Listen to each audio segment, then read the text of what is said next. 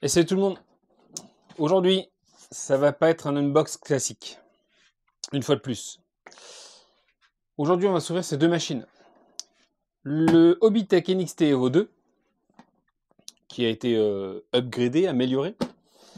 Et le BX8 SL. Ces deux machines Hobbytech, je ne les connais pas. D'où l'intérêt de faire les unbox et puis ensuite aller les tester. Alors là, c'est en fait une mise en vente pour Max. Il m'a dit, écoute, si ça t'intéresse, je vends ces machines. Qu'est-ce que t'en dis? Alors actuellement, l'atelier, moi, est full. Et ça m'attire pas plus que ça pour l'instant. Donc je me suis dit, pourquoi pas lui proposer plutôt de les mettre en vente sur la chaîne, si ça intéresse quelqu'un, à des prix, je pense, attractifs. Et ce que je vous propose en plus, c'est de faire un essai. Donc aujourd'hui, c'est les unbox. Et demain matin, on se testera le NXT sur la piste, on se fera un run ensemble, pour être sûr que tout fonctionne bien. Et l'après-midi, le run du BX8 SL. Je vous fais les unbox, je vous donne les prix et tout ce qu'il y a dessus. Ok? Commençons par tout ce qu'il va y avoir avec. Donc Max, il a fait les choses bien, il habite pas loin de chez moi, je suis allé chercher les machines. Vous le voyez, il y a toutes les boîtes d'origine. On a avec les notices de chaque machine, les factures. Donc là, bah voilà, il n'y a pas de secret, il les a achetés chez RC Team. Donc on a pour le NXT Evo 2. Donc là, c'était le pack avec le chargeur et la lipo. Ça coûte 500 € quand même. Et il avait pris une batterie en plus, donc ça lui fait un coût de 570 € pour celui-là. Est-ce que c'est un bon investissement ou pas? Libre à chacun d'en penser ce qu'il veut. Et là, le BX8 SL, pareil, la petite notice qui va bien avec la facture. Celui-ci, c'était RTR avec la batterie et le chargeur également. Là, on est à 199 €. Ouais, c'est avec les frais de livraison. Et là, 569. Là, les frais de livraison étaient offerts. Ah oui, ok. Donc, on a de la piécette en plus. On a donc les radios de chaque machine. Donc, c'est les radios Connect. C'est des radios à mon l'air assez basiques. Le ressort est assez... Je suis pas fan des ressorts assez forts, enfin assez durs sur les volants. Mais après, c'est les goûts de chacun, hein. Par contre, elle tombe bien en main, je trouve. Elle tombe pas mal en main. Il y a des réglages basiques là. Ah, on peut régler la vitesse par contre sur celui-là. Attends, c'est ça, speed? Ah ouais. On peut régler la vitesse directement sur la radio. Donc ça, toutes ne l'ont pas. Il laisse même les piles et tout. Enfin, il a tout laissé avec, hein, je vous le dis tout de suite. On a le trim de direction et le trim d'accélérateur. Ok. Et puis là, un bouton bind. Mais bon, ça, c'est déjà fait.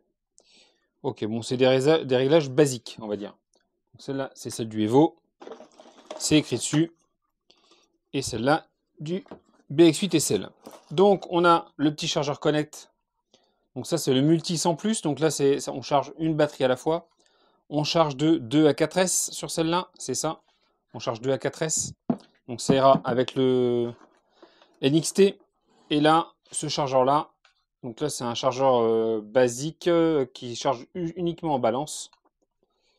Ouais, c'est ça. Et là, on peut charger de 2 à 3S. Ça va avec le BX8 SL. On a les lipos qui vont en plus avec. Donc ça, je les testerai. Enfin, je vais les tester même avec vous pour voir un peu les résistances, voir où elles en sont. Là, on a le lipo 2S qui ira avec le B8. On va dire BX. Hein, on va dire BX et NXT. Donc là, on a deux lipos 5200 Connect en 60C. On a les câbles de charge, on a quelques écrous de roue en plus, on a la clé de roue en plus. On a, alors ça, je sais pas, est-ce que ça a rien à voir avec ça, je pense, les pseudo phares là. Je sais pas pourquoi tu m'as mis ça, Max. Et là, quelques autocollants de déco. Voilà un petit peu ce qu'on a dedans. Donc ça, on va se les tester. Donc, la résistance pour les lipos. Donc là, on branche la prise d'équilibrage sur un chargeur qui est pourvu de cette fonction.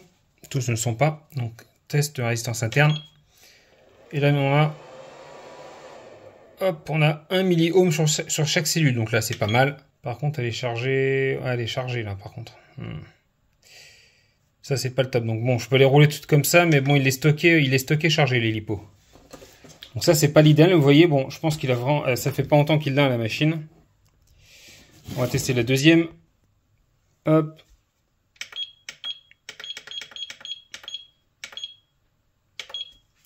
Pour la deuxième, on a quoi? Pareil, 1 milliohm, donc on est bon. 402, ouais, on a à peine 20, ouais, 20 millivolts d'écart entre la plus haute et la plus basse. Donc ça va. C'est pas l'idéal de les stocker comme ça. L'idéal est de les stocker en storage, en stockage. On va se tester la dernière lipo. Et la résistance, on a 1 milliohm partout. Ok, bon, les lipos sont en très bon état. Donc aucun problème de ce côté-là. Ensuite, commençons. Allez, on commence par le plus petit des deux, le moins cher. Celui-ci, le BX8 SL. Hop, donc il nous a bien remballé ça.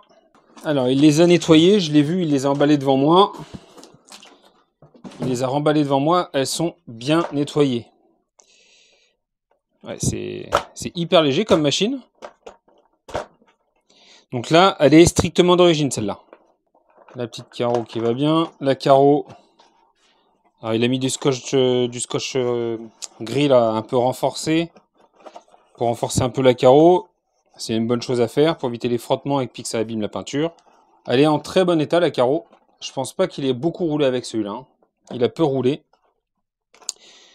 Alors, ce qu'on a dedans. Donc là, il est en charbon, celui-là. Donc, on a un moteur CST avec le Vario Connect. Alors ça, par contre, le charbon, moi, je l'ai déjà dit, hein, je ne connais pas en charbon, j'ai jamais roulé avec. Donc voilà, c'est le combo d'origine, je pense, du BX8 SL. Par contre, il nous a changé le cerveau. Il nous a mis un DS Servo 20 kg avec le palonnier en alu. Donc là, bon, je pense qu'il n'y aura aucun souci au niveau de la direction. Par contre, il y a un jeu, dis non. Ouais, le palonnier déjà est desserré, donc il va falloir qu'on resserre ça, déjà. Donc déjà, avant d'aller le tester, on le resserre, le palonnier, là, il est desserré. Ah oui, il manque une vis, là. Et Max, il te manque une vis sur le palonnier. Donc ça, je vais en remettre une.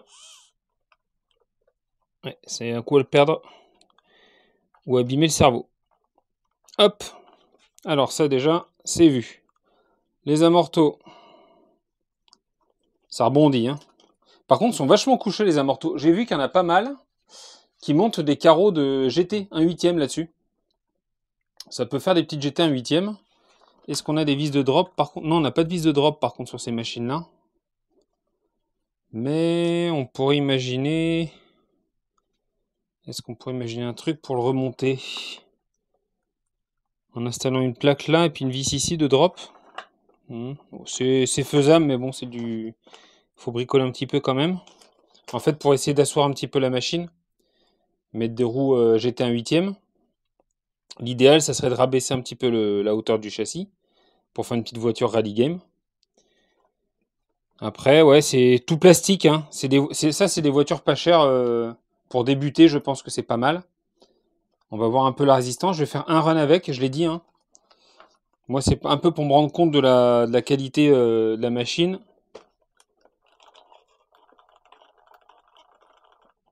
Donc là, on a une transmission. Donc c'est direct. Là, il n'y a pas de diff ici. Donc je suppose qu'il va y avoir un slipper quand même au minimum. Quoi qu'on ne voit pas. Hein. On voit pas de slipper. Il y a un cardan très long. En fait, la couronne est ici. Donc très court vers l'arrière. Et à l'avant, le cardan est immense. Il n'a pas l'air tordu, le cardan, là. Le cardan central, déjà, n'est pas tordu. À l'avant, c'est souple. Hein. Ok. En dessous, on a un châssis, donc tout plastique. Il est à peine rayé. Je pense qu'il a vraiment pas beaucoup servi, celui-là. Si je dis pas de bêtises, Max, tu me diras, mais il me semble que c'était une de ses filles plutôt qui s'en servait et pas trop lui. Il y a un petit peu de jeu dans l'amorto, donc est-ce que ça pompe pas un tout petit peu? Ok, donc ça, c'est une machine qu'il met en vente à 100 €. 100 € avec le chargeur, la petite lipo 2S. Donc pour débuter, ça me paraît pas mal, ou pourquoi pas en faire une GT1 8e également, ça peut être sympa. Les écrous en 17, il joue un petit peu partout. Hein. Alors, chez Oba, on a la même chose. Si, c'est ça a l'air d'être des cardans CVD. Si, c'est des cardans CVD à l'avant, avec des élargisseurs de voix. Il y a un élargisseur de 5 mm environ, 1 cm peut-être. Et à l'arrière, on a des Dogbones. Non, c'est des CVD aussi. Bah dis donc. On a CVD avant et arrière, bah dis donc. Ok. Donc voilà, ça c'est la petite machine de débutant. Pas cher, je pense. Pour être sûr, on va se tester ensemble demain. Pour vous, ça sera demain. Ça sera la première. Et ensuite, donc ça sera le plus gros morceau. Il y a cette NXT Evo 2. Il a le carton, il a tout. Hein. Alors, la NXT Evo 2 en 4S. Donc Max, quand il avait cette machine, là, j'avais roulé avec lui. Et il avait eu des problèmes. Mais depuis, il a fiabilisé apparemment. Donc, à commencer par la cale de train avant en alu. Ça m'a l'air d'être un alu bien épais. Amorto, donc les amortos sont full alu, avec les capuchons en alu. Tout est en alu sur les amortos là, ok.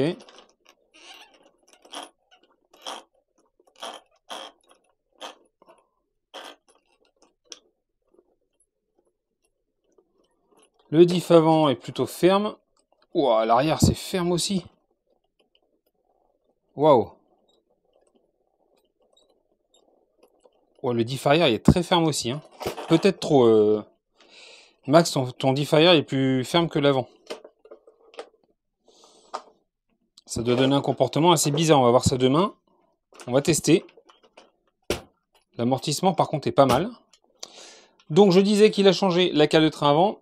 Il a mis une protection d'amorto comme vous voyez là, imprimé en 3D, fabriqué maison. Donc ça c'est vraiment pas mal.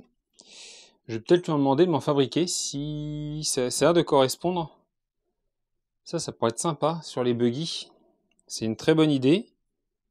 Par contre, ouais, ça tient avec un Rislan, mais écoute, ça protège bien apparemment. Puis le Rislan ne dépasse pas de la protection. Donc c'est pas mal. On a le petit nez là, hop, qui vient là. À l'intérieur, comme on est équipé, on est en 100 ampères. Donc c'est un connect 100 ampères, donc on roule de 3 à 4S. Et le moteur à 4274, on dirait. C'est ça, 4274 en 2050 kV. Donc il n'y a pas de ventilation. On verra si ça chauffe pas. Lui me disait que non, apparemment ça va. Alors après là, on est en plein été. Quand on va les rouler, je pense qu'il fera dans les... Allez, dans les un petit 30 degrés, je pense. On va rouler le matin. Donc là, il l'a nettoyé. Bon, je repasserai un coup pour la vente. De toute façon, moi, je vais aller les rouler, donc je vais les salir un peu. Il les a quand même nettoyés, c'est pas mal.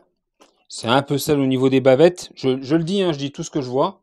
Même si Max, c'est un copain, on s'entend très bien. Voilà, il faut dire les choses.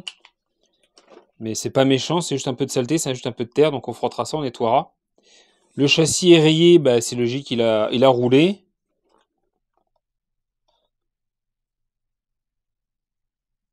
Alors, à l'œil, il n'a pas l'air tordu du tout. Après, comme je vous l'ai dit, j'ai roulé avec Max. C'est pas un bourrin avec les machines. C'est pas le genre de personne à faire des saltos, à ses machines.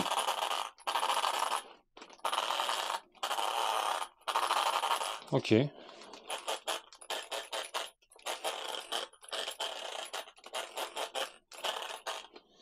D'accord. Qu'est-ce que ça dit là? Il m'a l'air très serré l'entredent là. On va peut-être régler un petit peu l'entredent, le redesserrer un petit peu. Je pense qu'il est un peu serré, un poil. Ça vient limite en contact au fond du pignon. On va regarder ça. Le cerveau, bah, c'est le cerveau d'origine. Hein. Le cerveau connect. Donc c'est quoi le modèle sur cela? Ok. Le modèle c'est 1714, donc c'est un 17 kg. Non, 14 kg. Ah ouais, 17-14 pour 17 millisecondes. Et 14 pour 14 kg. Ok, d'accord. Bah, comme ça je le saurai sur les connects, c'est 17-14. Ok. Est-ce qu'il y a des réglages? Il y a un peu de pincement à l'arrière. 0 carrossage. Et à l'avant, on a d'ouverture. Donc ça, c'est d'origine. Je pense pas que ce soit Max qui ait fait les réglages. On a des barres anti-roulis qui ont l'air de servir à quelque chose. Ok. Alors, très peu à l'avant, un peu plus à l'arrière. Ouais, ça sert pas beaucoup à l'avant. Ah si, un petit peu quand même, ça bouge un peu. Écoutez, ça n'a pas l'air mal à première vue. Niveau construction, ouais, c'est très ressemblant aux autres machines, hein. Je vois là qu'on a... Moi, je suis pas fan de ces trucs-là, hein. Les biellettes, enfin, on va commencer par l'avant, mais de ce que je vois là. Déjà, vous voyez, vous avez les triangles supérieurs là. Et déjà, on a des petites cales ici, là. Alors ça, je l'ai vu sur d'autres machines, hein. Il y a d'autres machines qui l'ont, mais je suis pas fan de ces types de réglages là.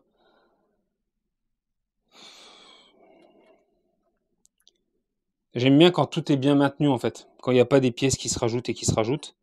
Alors là, vous pouvez jouer inversé, hein. Inversé, mettre le triangle le plus reculé et les cales devant. Ça vous permet de jouer sur la géométrie du train.